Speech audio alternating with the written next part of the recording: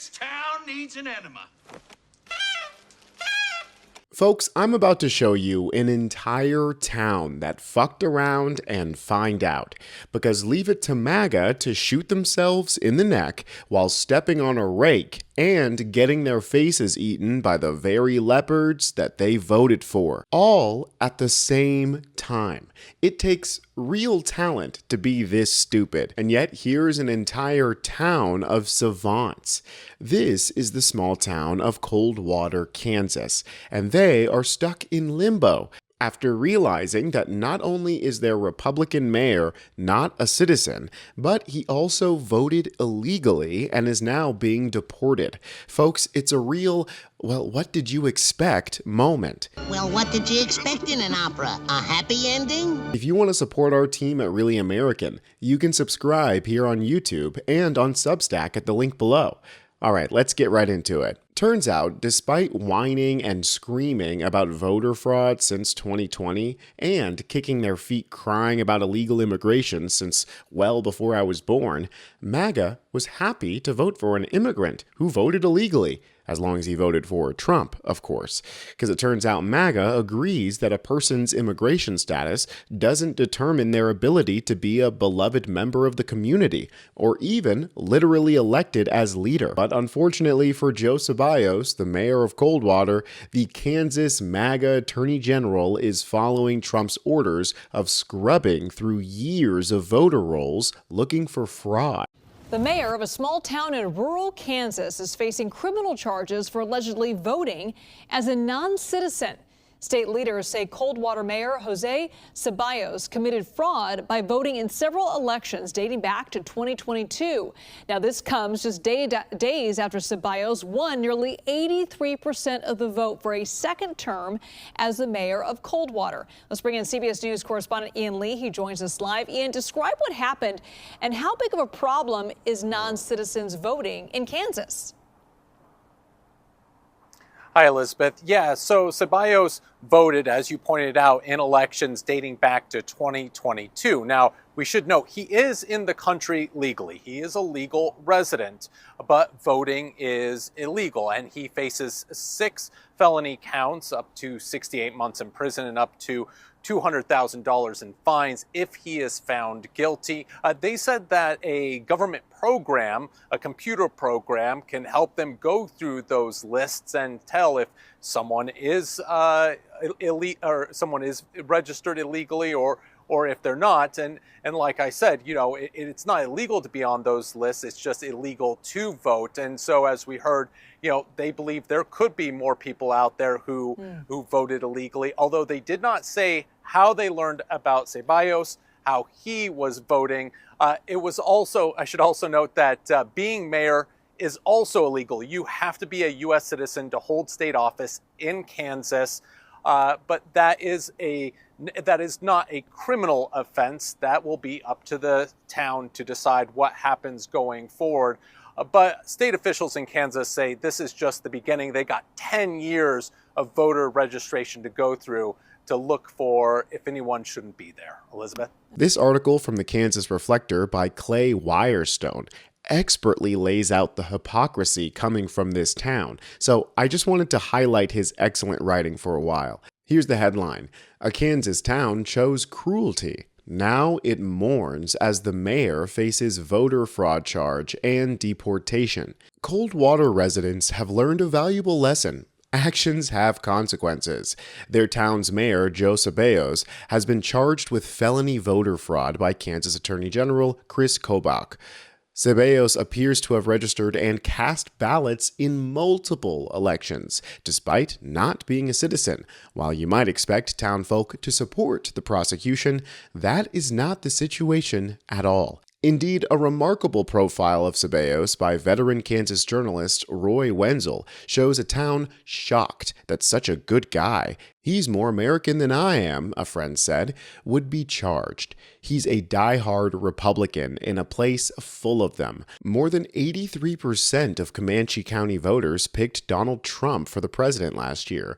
More than 78% appear to have chosen Kobach for 2022. If deportation happens, I can tell you that Kobach will have trouble showing up here, especially if he asks to stay with us for a while, said Dennis Sways, a rancher who mentored Ceballos. But the Attorney General hasn't done anything wrong here. Kansas voters know precisely where Kobach stands and what he means to do. They have voted for him repeatedly. Trump likewise made no secret of his desire to oversee the largest deportation operation in U.S. history. Violent or nonviolent, with legal status or not, immigrants would be targeted. That's what Kobach and Trump promised. Most town residents voted for these men. Whether they realize it or not, they're getting what they wanted. On Election Day, they chose cruelty. Even today, even after these events, Ceballos' friend Ryan Sways offered this thumbnail political analysis. Democrats think the government provides, while Republicans think the government should just let us do our thing. Republicans just let them do their thing, huh? Not in this case. Here are some hard truths for the people of Coldwater. As sure as if every Republican voter of Coldwater lined up to cast a stone at Ceballos, they did this to their friend. They did this to their mayor. They did this to their beloved town fixture. And until they figure this out, our country and our state is not going to get better. Take responsibility. Own up to your actions. That goes for the voters in Coldwater, Kansas, and the whole United States. I'm sorry, that was kind of long, but I just had to include that because Clay just ate down right there. He just completely dropped the bomb on them. And as a Democrat in Texas, I understand where he's coming from. These people around here can't have it both ways. All of a sudden clutching their pearls and saying, woe is me, when they face the consequences of their actions. I personally would obviously prefer if no one got deported and that we just had a simple and clean immigration system. I would love to live in an America where this guy, Joe Ceballos, became a citizen a long time ago and didn't have to worry about stuff like this like he does now, which is why I voted Democrat, unlike this idiot. Here's the article that was referenced by Wirestone from Ray Wenzel. Coldwater mayor says honest mistakes led to voter fraud charges. Ceballos, the twice-elected mayor of Coldwater, Kansas, says he didn't understand that as a Mexican immigrant, he couldn't vote in the United States. An honest mistake, he said, but now he's found himself in legal trouble that threatens to upend the life he's spent half a century building. He now faces felony charges for voter fraud, filed by Chris Kobach, the state attorney general. I'm scared, he said. I'm not sleeping. But if a prevailing fear among Republicans concerned about voter fraud is that Democrats are encouraging non-citizens to vote to win elections, Ceballos does not fit that mold.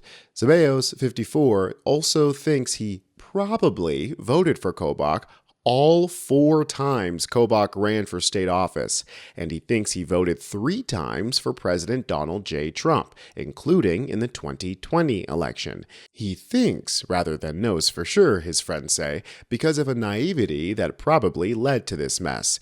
What's worse than Kobach's charges, he said, is that the Department of Homeland Security is now threatening him with starting that legal process called deportation.